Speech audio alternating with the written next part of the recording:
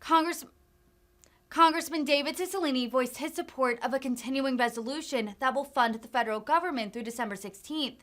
Cicilline said, quote, "This legislation provides critical funding to continue our support for Ukraine, resettle Afghan refugees, support communities impacted by natural disasters, and help low-income families heat their homes this winter."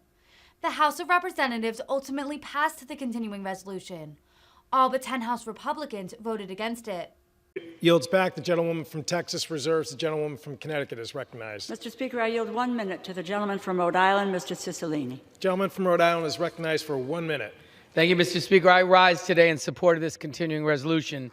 In addition to averting a disastrous government shutdown, this legislation provides critical funding to continue our support for Ukraine, resettle Afghan refugees, support communities impacted by natural disasters, and help low-income families heat their homes this winter. However, we still have work to do as this package lacks funding to support our public health response to COVID-19 and monkeypox, also known as MPV. Our public health workforce is depleted and exhausted from battling the COVID-19 pandemic over the last 2 years. They cannot stop the spread of these outbreaks without additional federal support.